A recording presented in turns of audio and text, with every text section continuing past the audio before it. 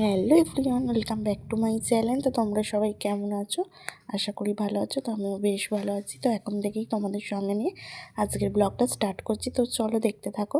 তো আজকে হচ্ছে 31st নাইট, বছরের লাস্ট দিন। তো ভেবেছিলাম ঘুরতে যাবো, তো হঠাৎ করে প্ল্যান হলো যে দীঘা ঘুরতে যাবো।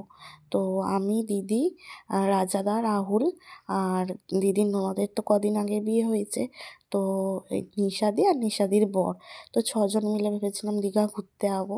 তো যেহেতু 31st নাইটেও রাহুলের ছুটি আছে আর 1 জানুয়ারিতেও রাহুলের ছুটি আছে, তো সেটাই কথা হয়েছিল যাব। হঠাৎ করে মায়ের খুব শরীর খারাপ হয়ে যায়, তাই জন্য আর যাওয়া হলো না। ব্যাগ ঠ্যাগ সব গোছানো হয়ে গেছে, টিকিট কাটা হয়ে গেছে, সব পুরো রেডি।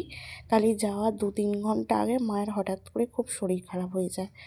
তো ঠান্ডার মধ্যে ভেবেছিলাম তাতানার পাপানকে নিয়ে যাব না। মা বলেছিল নাকি যে তাতানার পাপানকেই রেখে যেতে, মায়ের কাছে যেহেতু ভালোই থাকে, তাই জন্য ঠান্ডার মধ্যে নিয়ে যাব না। তো বিয়ের পর থেকে তো লকডাউন ছিল, তারপরে তো তাতানার পাপান হলো, আর দুজনকে নিয়ে ঘোরা তো ইম্পসিবল। তো দুজনকে নিয়ে তো ঘোরা সম্ভব না, যেহেতু খুব বদমাশি করে, তো খুব দুষ্টু তাতান আর পাপান, তাই জন্য ভেবেছিলাম যে মায়ের কাছে রেখেই যাব।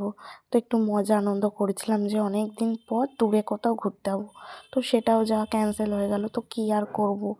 তো মাকে তো এই অবস্থায় ফেলে যাওয়া উচিত না, কি করে ফেলে যাই, তাই না? তাতান আর পাপান দুজন একা থাকবে। তো যাই হোক, মাকে ডক্টরের কাছে দিদি নিয়ে গেল। তো ডক্টর দেখলো, দেখে বললো প্রেশার বেড়েছে, তাই জন্য মাথা ব্যথা ঘুরছিল, শরীরটা খারাপ করছিল। তারপর ওষুধ ফষুধ দিয়েছে, মা খেয়ে এখন ঠিক আছে। তো রাহুলের ছুটি থাকে না কাজের, তাই জন্য 2 দিন ছুটিও ছিল, বেশ ভালো যাওয়ার সুযোগও ছিল। তো 31শে ডিসেম্বর আর 1 জানুয়ারি 2 দিন ছুটি ছিল, ভেবেছিলাম 2 জানুয়ারি আমরা ফিরে যাবো। তো এটাই ভেবেছিলাম। তো তারপরে যাওয়া তো হলো না কোনো মতেই। তারপরে দেখো, ভাবলাম বাড়িতে বসে কি করব আর, তো বাড়ির সামনে থেকেই কোথাও ঘুরে আসি সবাই মিলে। তো ভাবলাম বছরের লাস্ট দিনটা এইভাবে বাড়িতে মুড অফ করে বসে থাকবো, তো দীঘা যখন যাওয়া হলো না, বাড়ির সামনে কোথাও থেকে ঘুরে আসি। তো রাজাদার নতুন টোটো কিনেছে, সেই টোটো করে আমরা সবাই মিলে, বাড়ি থেকে 1 ঘন্টা যেতে লাগে লাহিড়ী বাবার মন্দির, তো ওইখানে ঘুরতে এলাম সবাই মিলে। আমি, রাহুল, রাজাদা, দিদি, তারপরে দিদির শাশুড়ি, দিদির ঠাম্মা শাশুড়ি, তাতান, পাপান, পুটু, সবাই একসঙ্গে এলাম। খুব সুন্দর মন্দিরটা দেখো। তো এর আগে আমি আর রাহুল এই মন্দিরটায় কোনোদিনও আসিনি, ফার্স্ট টাইম এলাম, তাই জন্য দিদিরা বললো চ, ওখানেই চ।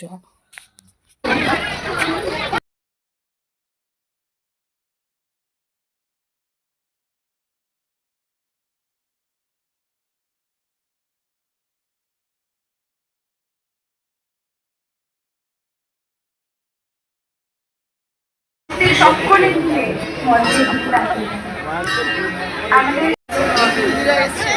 আমাদের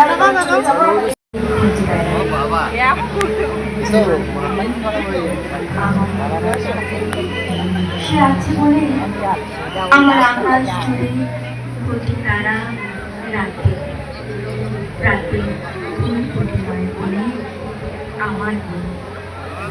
সে আছে বলে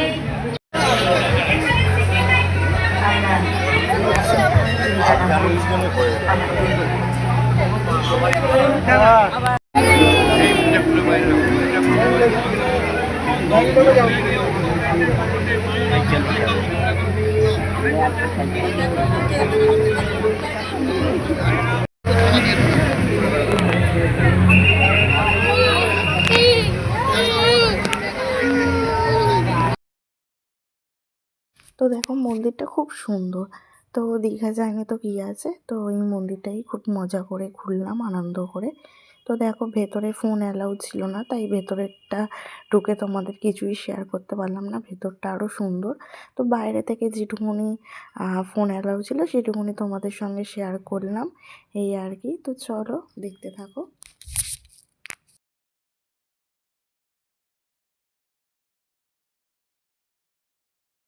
এখান থেকে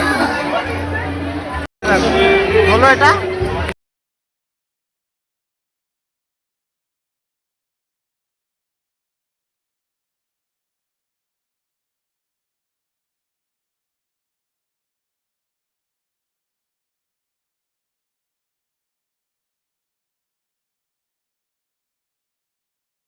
তো দেখো আমাদের সকালে 6টার দিকে দীঘা যাওয়ার কথা ছিল, 6টার ট্রেন ধরার কথা ছিল। তো বললামই তো মায়ের সকাল থেকে শরীরটা ভাল লাগছিল না, শরীর খারাপ করছিল। তারপরে বেলা হলো, ডক্টরের কাছে নিয়ে গেল, দিয়ে ওষুধ খেয়ে মা তো ঠিক ছিল।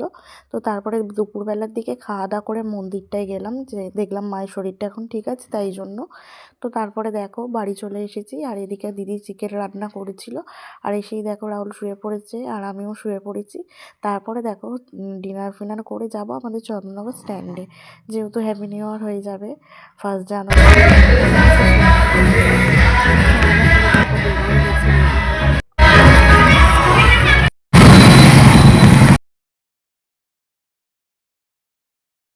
তো তারপর দেখো রেডি হয়ে বেরিয়েও গেছি। তো আমি, রাহুল, দিদি আর পুটু যাচ্ছি। তো জিজু যায়নি, কারণ টোটো চালিয়ে পুরো একটু নিয়ে গেছিলো মন্দিরটায়, তাই জন্য শরীরটা ভালো লাগছিলো না রাজাদার, তাই জন্য রাজাদার গেল না। তো আমরা এই কজন গেলাম, গিয়ে 1 ঘন্টা মতো ঘুরে তারপরে চলে এলাম বাড়ি। তো আজকের দিনটা তো আমরা এইভাবেই কাটিয়েছি, খুব মজা আনন্দ করে। তো তোমাদের কেমন কাটলো জানিও কমেন্টের মাধ্যমে।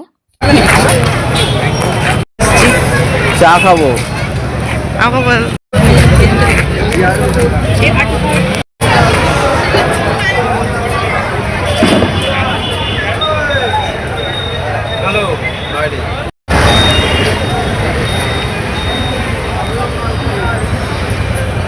তো দেখো 12টা বাজতে আর 5 মিনিট বাকি।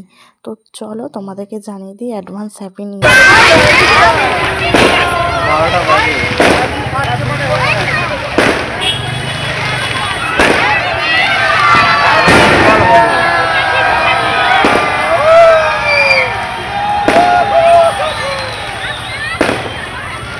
দেখা যাচ্ছে না গাছের জন্য।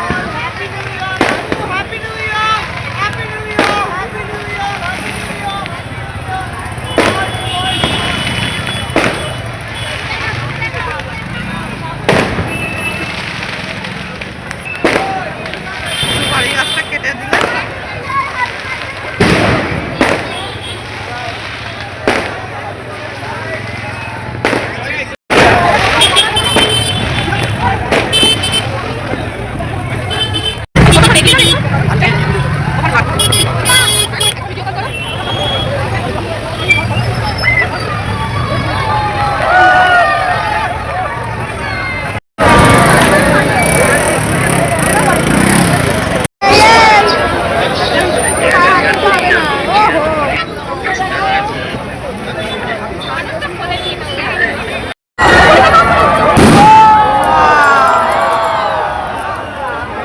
আমার ওইটাই হয়ে গেল, শেষ। বেশিক্ষণে আর যাবে না।